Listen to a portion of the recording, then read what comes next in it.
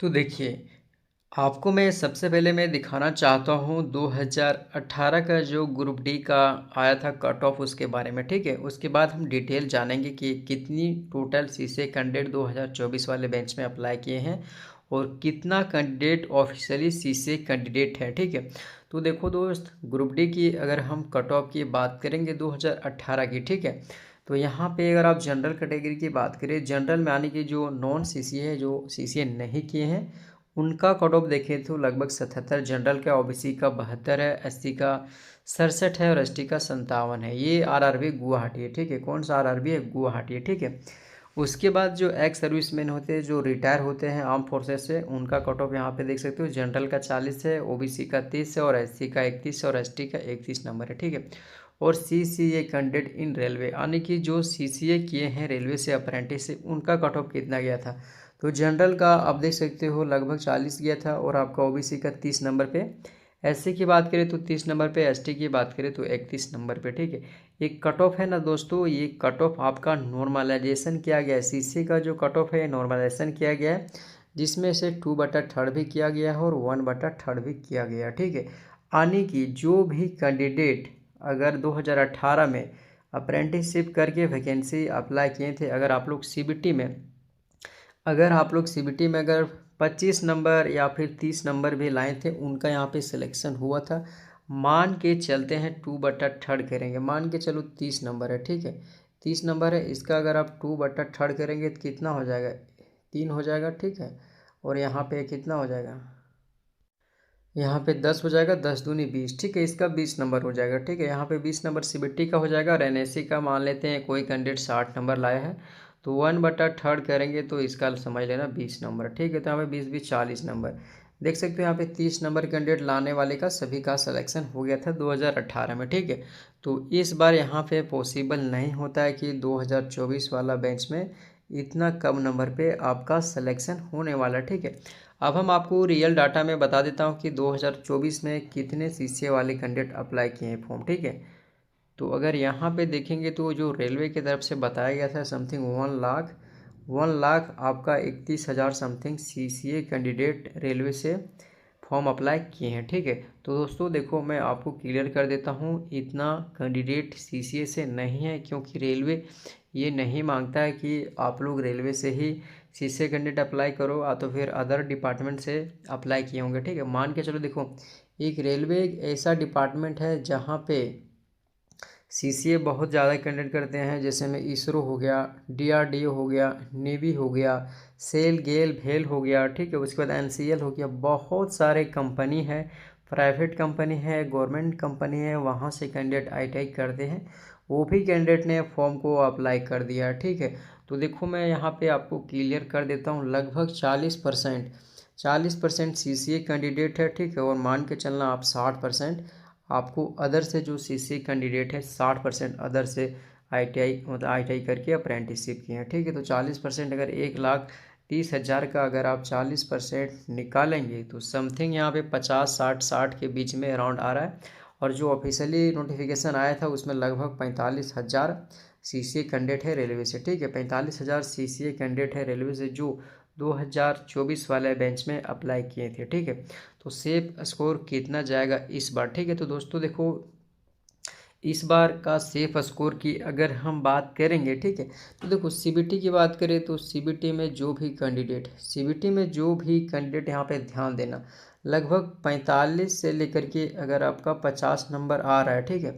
45 से 50 नंबर अगर आपका आ रहा है सीबीटी में, अगर आप किसी भी आरआरबी से फॉर्म अप्लाई किए हैं तो आपका सिलेक्शन हो जाएगा, ये सीबीटी मार्क्स है, ठीक है? मान के चलते हैं कोई कैंडिडेट सीबीटी में, देखो यहाँ पे कोई कैंडिडेट मान के चलो सीबीटी में 45 नंबर लाए, इसका 2/3 करेंगे तो कितना हो जाएगा? 15 तिया 45, यहाँ पे 15, इसका आ जाएगा 30 नंबर, ठीक है? और मान लो एनएसी की बात करें तो किसी सभी का 90+ है, तो 90 का हम 1/3 अगर आप करते हैं तो लगभग आपका कितना हो जाएगा? 30 तिया 90, 30, 30 इधर 30 इधर, 60 नंबर। दोस्तों 60 नंबर में आपका सिलेक्शन खूब आराम से हो जाएगा। किसी भी जोन से अगर आप फॉर्म अप्लाई किए हैं तो 60 नंबर में आपका सिलेक्शन हो जाएगा। और सीबीटी में हम इतना ही नंबर लिए हैं, 45 नंबर लिए हैं, ठीक है? अगर आप इस 40 नंबर 41 नंबर भी लाते हैं तो यहाँ पे आपका नॉर्मलाइजेशन 2-4 नंबर मिल जाएगा। 45 नंबर लाते तो 2-4 नंबर आपका नॉर्मलाइजेशन समथिंग आपका 50 के अराउंड मिल जाता है, तो एक 62-63 आपका सेफ स्कोर आ जाता है, ठीक है। तो आराम से यहाँ पे सिलेक्शन हो जाएगा, ठीक है। और जनरल कैंडिडेट की बात करें जो भी रेलवे से अप्रेंटिस नहीं किए हैं, तो उनको बता देता हूँ इस बार लगभग आपका 75 प्लस आपका कट ऑफ देखने को मिलेगा, ठीक है। 75 प्लस, इससे 1 नंबर ज़्यादा और 1 नंबर कम हो सकता है, ठीक है। इतना ज़्यादा आपको कट ऑफ जाएगा। जनरल में ओबीसी की बात करें तो ओबीसी में लगभग आपको 72 प्लस होगा, तभी आप सेफ रहेंगे, ठीक है। इतना नंबर तो लाना ही पड़ेगा तभी आपको सिलेक्शन होगा। ये फाइनल कट ऑफ में बता रहा हूँ पीटी के लिए, इससे 1 नंबर या 2-3 नंबर आपके कम जा सकते हैं, ठीक है।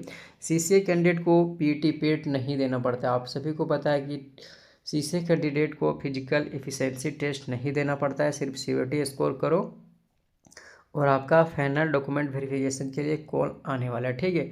आपको वेट करना पड़ेगा क्योंकि कैंडिडेट की संख्या है ना वो बहुत ज़्यादा है, तो आपको हो सकता है रेलवे ग्रुप डी का जब रिजल्ट आएगा तब आपको समथिंग आपको वेट करना पड़ेगा। First panel, second panel, third panel आने के डीबी लगभग आपका 5-6-7 डीबी भी हो सकता है, तो आपको धैर्य बना के रहना है, वेट करना है, ठीक है। कट ऑफ आपको धीरे धीरे करके कम आती चली जाएगी क्योंकि जो अदर से अप्रेंटिसशिप किए हैं अदर डिपार्टमेंट से उनको छटनी की जाएगी, छाटा जाएगा, ठीक है। तो आप लोग जो रेलवे से अप्रेंटिसशिप किए हैं उन्हीं को यहाँ पे सीट अलॉट किया जाएगा, ठीक है।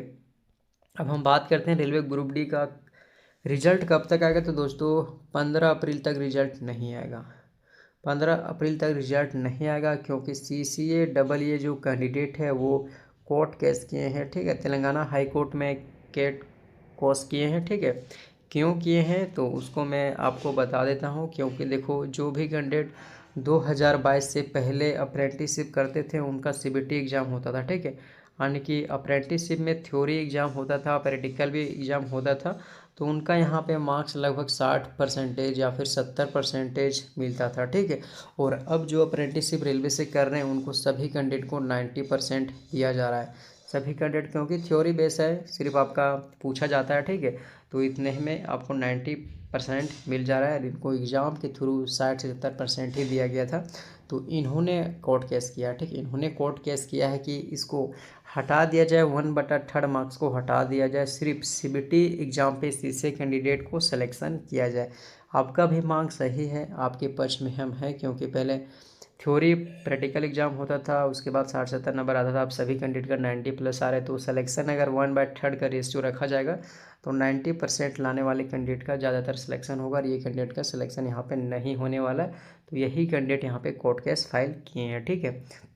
इसी कारण से अभी रिजल्ट पेंडिंग में। तो रिजल्ट कब तक आ जाएगा, तो रिजल्ट लगभग इस मंथ के लास्ट तक तो मेरे ख्याल से आना चाहिए। देखते हैं 15 अप्रैल को लास्ट कोर्ट केस का फेयरिंग है, ठीक है, सुनवाई है। अगर 15 अप्रैल को आ जाता है तो मैं आपको इन्फॉर्म कर देता हूँ कि कोर्ट केस किनके पक्ष में गया है, ठीक है। तो मेरे हिसाब से ये नियम लागू रहेगा क्योंकि नोटिफिकेशन में जो लिखा रहता है, जो रेलवे ग्रुप डी का जो नोटिफिकेशन आता है लेवल 1 में जो लिखा है वही होने वाला है, इसके अलावा कुछ नहीं होने वाला है। आप कुछ भी कोर्ट केस कर लो, कुछ भी सुनवाई नहीं होने वाला है, क्योंकि ITI नॉन ITI के रिगार्डिंग भी आप लोग कोर्ट केस किए थे, बहुत सारे वहाँ पे चले थे, बहुत दिन हेयरिंग चली थी, तो वहाँ पे भी जो निर्णय आया था वो 10th प्लस ही रखा गया था, ठीक है।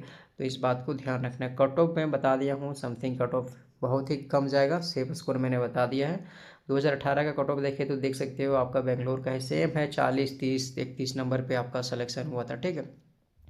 यहाँ पे कट ऑफ नॉर्मल ही गया था, ठीक है। तो मिलते हैं दोस्तों नेक्स्ट वीडियो में।